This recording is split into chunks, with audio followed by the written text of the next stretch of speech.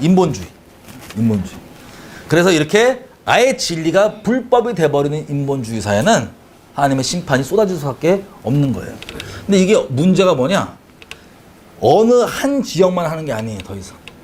옛날에 여러분 역사를 좀 관심 있으신 분들은 아시겠지만 로마, 그리스 모든 인류에 있었던 문명의 흥망성쇠는 누가 주관해요? 하나님이 주관하시죠? 어떤 기준으로? 우리가 방금 봤던 이 기준으로 갑니다. 이 기준으로. 예외 없이. 하나님 동일하신 분이시기 때문에. 그래서 로마 그리스도 마찬가지. 폼페이 화산 폭발해서 화석됐다 이런 거 들어보셨죠? 다 마찬가지. 옛날에는 지역별로 이게 많이 나면 가나안 땅도 마찬가지였어요. 그래서 하나님께서 심판하신 거예요. 레위기서 18장에 얘기하는 것처럼 이런 근친상간과 끔찍한 음란이 아무렇지 않은 일상으로 되어 있는 문화였기 때문에 동물 수간까지 포함, 동성애까지 포함.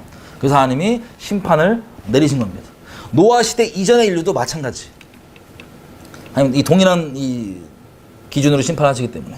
자, 그래서 옛날엔 지역적으로 노아의 홍수 후에는 지역적으로 문명이 그렇게 되면 이게 암세포예요. 사람의 존재가 죄니까 죄를 쉽게 받아들이지 진리를 쉽게 받아들이지 않아요.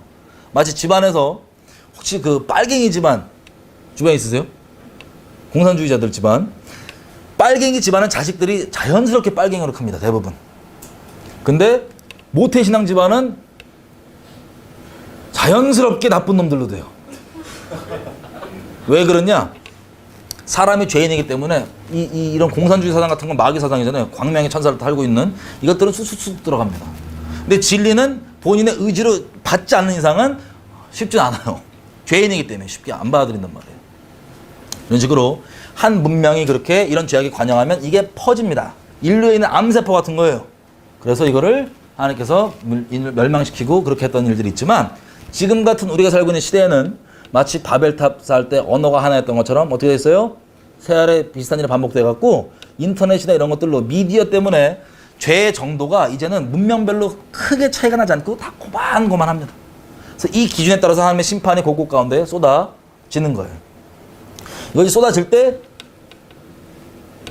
여러분들이 하나님의 친구들이라면 하나님께서 그 이유들을 알게 해주시겠죠. 그럼 우리가 그것을 위해 목숨 걸고 기도하고 돌이키라고 얘기하고 그렇게 얘기하다가 핍박받고 그렇게 되는 것들이 우리에게 정해진. 하지만 핍박이 다가 아니고 그걸 듣고 이건 아니었구나라고 깨닫고 돌이킬 사람들이 있다 없다? 그 영혼들을 위해서.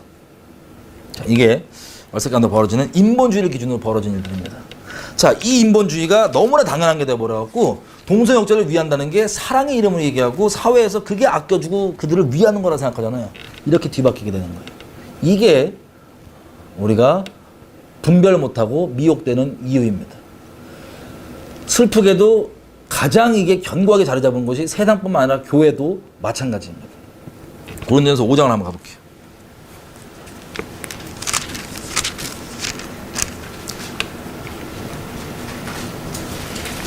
고린도전서 5장을 가면 여기서 무슨 얘기를 하냐? 이렇게 얘기합니다. 고린도 교회 애들 중에 자기 아버지의 아내랑 잠자리를 하고 있는 놈이 있어요. 그러니까 이게 친엄마인지 아닌지 모르겠어요. 그건 상상해도 싫고. 그런 애가 있는데 교회가 얘를 다 알고 같이 품어주고 있는 거예요. 질문입니다. 이거 좋은 거예요, 나쁜 거예요? 좋은 거예요, 나쁜 거예요? 이상하신 분들이네요. 보통은 사랑이라고 생각합니다. 교회에서 이거. 그걸 품어야지. 바울이 뭐라는지 볼게요. 성경이 뭐라는지 볼게요. 2절. 그걸 너희가 알고도 오히려 교만하여져서 어찌하여 통한이 여기지 아니하고 그 일을 행한 자를 너희 중에 물리치지 아니하였느냐. 그러니까 바울이 지금 얘기하는 바는 뭐냐면 고린도 교회가 그 사람을 냅뒀어야 됐대요? 쫓아냈어야 됐대요? 쫓아냈어야 됐대요. 여러분 요즘 교회에 쫓아내면 돼요, 안 돼요, 이런 거? 사랑 있어요, 없어요? 사랑 없게 어떻게 쫓아내? 바울은 뭐냐면은 그걸 알고 생겨된 분명한 마음은 하나님 와서 통한이 여겨야 되는 거야. 애통해야 되는 거야. 어떻게 그럴 수가 있냐. 근데 그렇게 통한 한도 없이 쫓아내지도 않고 데리고 있는 거예요. 그러면서 어떤 마음을 갖고 있냐. 5장 3절. 5장 6절 이렇게 됐어요. 너희의 자랑하는 것이 옳지 아니하도다. 이 쫓아내고 있지 않은 것을 자랑하고 있어요. 이게 뭐랑 똑같은지 아세요? 배교한 곳에서 나오지 않고 자기가 바꾸겠다고 얘기하는 걸 의롭게 여기는 거랑 똑같은 거예요. 하나님께서 심판에 대해서 나오라 했으면 나와야 되는데 그게 아니라 하나님 명하신 게 아닌데 거기에 내가 속해서 이겠다라고 하는 이거랑 똑같은 거예요. 그러면서 본인 스스로 이 고린도 교회 어떤 마음인지 아세요? 사랑에 많아서 자기가. 바울 저게 사랑이 없는 거예요. 고린도 교회 입장에서. 어떻게 내어 쫓냐고 사람을. 우리는 이 사람을 안 내어 쫓고 품어준 걸 부끄러워요? 자랑스러워요? 자랑하고 있어. 왜? 진리의 사랑이에요? 인본주의 사랑이에요? 인본주의 사랑을 갖고 있기 때문에. 얘네가. 이게 자기 사랑으로 생각하는 거예요. 근데 바울이 무섭게 이렇게 얘기합니다. 3절. 내가 몸으로는 떠나 있는데 영으로는 이미 함께 있어서 거기 있는 것 같이 이 일 행한 자를 이미 뭐 했대요? 판단하지 말랐는데. 그럼 판단해야 돼요? 말아야 돼요? 교회에서. 판단해야 돼요? 말아야 돼요? 보통은 어떻게 알고 있어요? 판단하지 마. 제 동생한테 맨날 듣는 얘기. 예수님 빨리 믿자라. 판단하지 마. 너 그것 때문에 지옥 가 임마. 판단하지 마. 판단하면 안 된다고 배웁니다. 우리 교회에서 일반적으로. 여러분, 하나님 말씀 때문이 아니고 그냥 내가 갖고 있는 종교적 기준으로 판단하면 안 돼요. 그건 내 기준이에요. 아무리 나는 의롭다고 생각하지만, 옳다고 생각하지만 내 종교적 기준은 내 기준이에요. 하지만 하나님께서 말씀해 주시는 게 있습니다. 이런 것들에 대해서 판단하지 말아야 된다고 우리는 배워갖고 아예 판단을 제껴버리고 분별 자체가 없어요. 선악에 대한. 그냥 응가 주면 응가 뭐 하면 다 그냥 사랑으로 품어야 된다고 분별 자체를 상실시켜서 어떤 말로 판단하지 마로. 근데 우리가 알고 있기는 교회에서는 판단하지 말라 그러는데 바울은 지금 뭐 했어요? 3절에 와 기독교인 아닌가 봐. 바울은 판단했대요. 그것도 어떤 상태에서 보통 저도 저 배교하신 분들 자료가 다 있으니까 본인 한 영상들 발언들이 다 있으니까 이거 얘기하면은 그 지인들이 와요. 너 그분과 만나봤냐고 얘기해봤냐고. 얘기해볼 필요 만나볼 필요 없이 교황이랑 언약하기 때문에 하면 되겠다고. 본인이 공개적으로 저렇게 사람들 많은데 그 만나볼 필요가 없는 거예요. 그건 이 본인이 그렇게 선포했으니까. 만나보지도 않고 어떻게 그렇게 함부로 얘기하냐. 감히 어떻게 판단하니. 바울은 여기 보니까 감히 그 일 행한 자를 만나보지도 않고 거기 그 교회에 몸이 있지도 않은데 이미 판단했대요. 어머머. 우리 기독교적으로 많이 지금 바울이 부딪혀요. 지금 우리 종교적 기준으로 봤을 때. 다시 얘기하면 성경이 맞아요? 우리가 알고 있는 기본적 그 문화가 맞아요? 기독교 문화가 맞아요? 성경이 맞아요? 성경이 맞아요. 바울이 만나보지도 않고 이미 판단했대요. 아니 그 일을 행했다고 그렇게 다 알고 있으면 그 뭘 만나봐도 따져. 사실 엄마가 아니니 이렇게 물어볼 수도 없고. 그래서 4절 5절 보면은 그들을 주 예수의 이름으로 4절 너희가 내 영과 함께 모여서 우리 주 예수의 능력으로 이런 자를 사단에게 내어주었으니 이는 육신은 멸하고 영은 주 예수의 날에 구원을 얻게 하려 함이니라. 여러분 뭘 하는 거냐면 이 사람을 출애시키는 거예요. 출애시켜 내놓으면 우리가 생각하는 게 뭐예요? 저 사람 그러면 어떻게 나중에 돌아오냐고. 출애갖고 나중에 이 말씀들과 함께 보면은 이 요한일서 2서 3서 다 포함해서 이 이단들 대할 때 뭐라고 돼 있냐. 한두 번 경계한 후에 회개하기를 거부하잖아요. 그럼 뭐라고 했어요? 인사도 하지 말래. 진리의 사랑 얘기하면서 인사도 하지 말래. 왜? 그래야지 이 사람이 분명히 지금 양심과 씨름할 수가 있는데 자기도 죄인 거 아는데 이 교회에서 용납해줘. 그러면 이 사람 회개할 수 있어요? 아니면 이거 괜찮다고 여겨요? 화인 맞아요. 그만큼. 그걸 누가 했다? 사랑의 이름으로 교회가 하는 거예요. 그게 아니라 그건 안 된다고 돌이켜야 된다고 싫다고 완악하게 버틴 거를 그러면 너는 교제할 수 없어라고 끊어. 그러면 교회에서 떨어져 나갔지만 그게 끝까지 마지막까지 뭐가 남아요? 이거 옳은 거다 안 옳은 거다. 안 옳은 건 아는 채로 가는 거예요. 그래야지 그 사람 돌아올 기회가 있지. 그걸 괜찮은 거라고 여겨준다면 어떻게 돌아오냐 그 사람 나중에라도.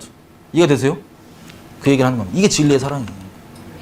이게 현대 교회 가운데 상당히 상실돼 있고 오히려 이 얘기하면 사랑 없으면 생각하는데 우리가 성경적이지 않은 거예요. 우리가. 성경이 옳은 겁니다. 그리고 6절 보면 너희 자랑하는 것이 옳지 아니하도다. 적은 누룩이 온 덩이에 퍼지는 것을 알지 못하느냐. 여러분 누룩이 많이 넣는 거예요? 조금 넣는 거예요? 이만하게 넣는 거죠?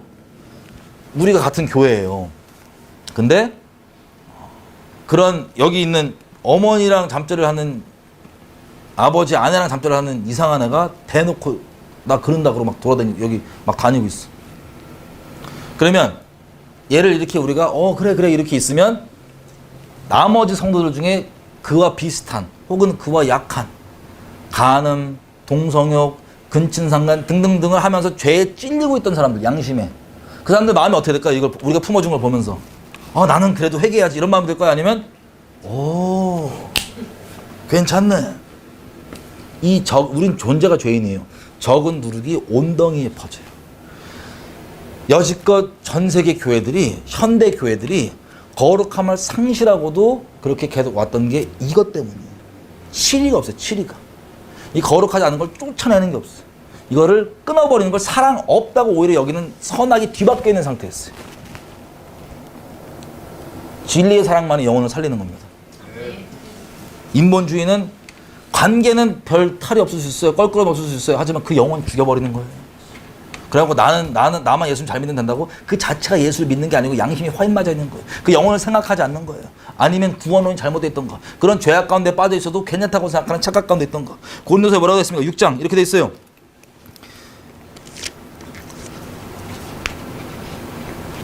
8절 너희는 불의를 행하고 속이는다. 저희는 너희 형제로다. 9절 불의한 자가 하나님 나라를 유업으로 받지 못할 줄을 알지 못하느냐. 미혹을 받지 말라. 음란하는 자나 우상숭배하는 자나 간음하는 자나 탐색하는 자나 남색하는 자나 도적이나 탐남하는 자나 술 취하는 자나 후욕하는 자나 토색하는 자들은 하나님의 나라를 유업으로 받지 못하리라. 자, 여기서 9절 시작할 때 뭐라고 얘기하면 너희가 미혹을 받지 말래요. 그게 무슨 미혹인지 아세요? 그냥 한두 번 넘어진 차원이 아니라 이런 것들을 괜찮다고 생각하고 거기 머물러 있는 거 있죠. 그러면서 내가 하나님 나라를 유업으로 받을 수 있다고 생각하는 게 미혹이다 아니다? 그게 미혹이라는 거예요. 그 미혹을 받지 말라는 겁니다. 그게 어떻게 시작되냐? 이 인본주의로 시작되는 거예요. 그게 괜찮은 걸로 여기는 게. 그래서 특별히 말세 우리 살고 있는 이때도 마찬가지였고 지금 사는 이때도 더더욱이 이런 미혹들이 클까요 안 클까요? 만연합니다. 만연.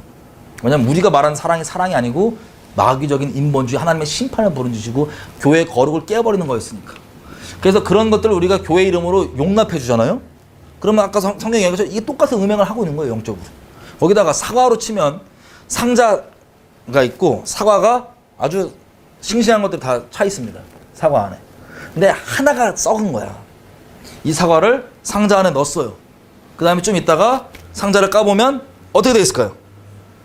어떻게 되어 있어요? 사과들이. 싱싱한 것들이 어떻게 되어 있어요? 다 썩어요. 마찬가지입니다. 적은 누룩이 온덩이에 퍼지는 거예요. 이해가 되시죠? 자, 이런 것들을 우리 지금 당장만 적용해보면 우리 인생 가운데 이 선악이 뒤바뀐 채로 살고 있었어요. 근데 이걸 여러분들이 알아도요. 이거 못 행하시면 아무 소용없는 거예요.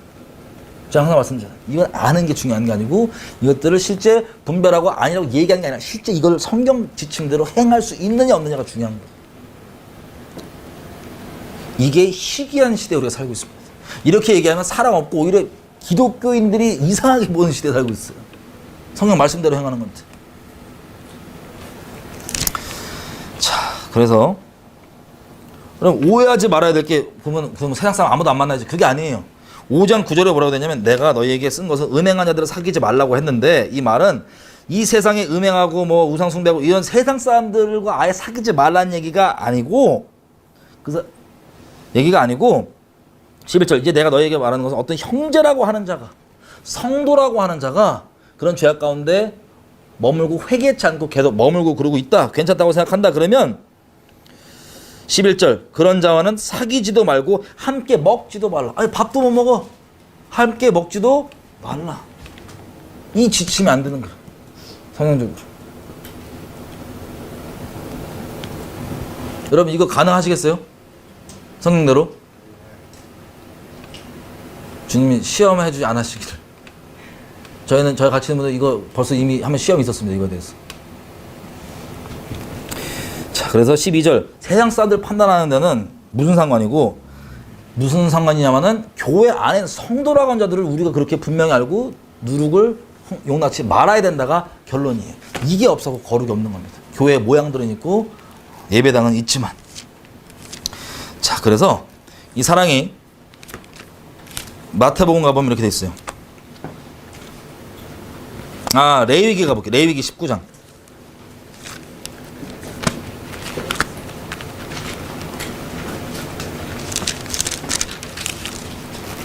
레위기 19장. 레위기 19장이 전반적 내용이 뭐냐면 이웃 사랑을 어떻게 하냐에 대한 내용입니다. 그래서 뭐 함부로 뭐 돈 많고 적고 이런 것 때문에 판단 뭐 편견 갖지 말고 뭐 이런 내용들인데 우리가 좋아하는 여기 핵심이 뭐냐 17절 18절입니다. 이웃 사랑의 핵심. 자 읽겠습니다. 너는 너의 형제를 마음으로 미워하지 말며 그 이웃을 인하여 죄를 당하지 않도록 그를 반드시 뭐하래요? 책망하래요. 여러분 이런 거 겪어본 적 있으세요? 나를 진짜 책망해 주는데 미워하지 않은 마음으로 오히려 사랑하는 마음으로 책망해 줘요. 여러분 이거 사람 바꿔요. 이걸 여러분 경험했잖아요? 그게 우리를 바꿔요. 그게 진짜 나 사랑해서 하는 게 딱 느껴지면 그 책망이 이게 멸망당할 사람들은 기분 나빠하겠지만 하나님 안에 있는 사람들은 그게 그 영혼을 바꾸게 됩니다. 왜 그런지 아세요? 예수님도 그렇고 성경에 나오는 우리 믿음의 수많은 선배들이 예를 들어 선지서를 예를 들게요. 그 책망의 무시무시한 책망의 소리들이 종교적으로 야 너 임마 끝장났어 임마. 너 끝이야 임마. 이런 게 아니에요. 하나님의 마음으로 거기 쓰면 끝장나니까 제발 안 된다고 하는 이 마음 있죠. 미워하는 마음이 아니라 사랑하는 마음으로 책망해 주는 거예요. 죄 짓지 말라고. 죄를 당하지 않도록. 그래서 이거를 18절 보시죠. 원수 갚지 말고 이를 원망하지 말고 이웃 사랑하기를 너의 몸과 같이 하라 나는 여호와니라. 이게 이웃 사랑이래요.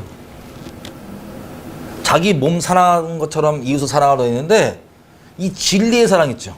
잘못하는 것에 대해서 내버려 두는 게 아니라 어떻게 해서든 책망해줘서 그 길을 돌이킬 수 있도록 해주시는 이 진리의 사랑.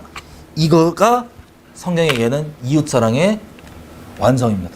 거의 기초이자 완성이라 할 수 있어요. 미워하지 않는 마음으로 책망해준다. 예수님이 우리에게 그러시는 거예요. 요한계시록에 있는 교회에게 뭐라 그럽니까? 내가 무릇 사랑하는 자를 책망하노니 회개해라. 힘을 내라. 그리스도의 마음.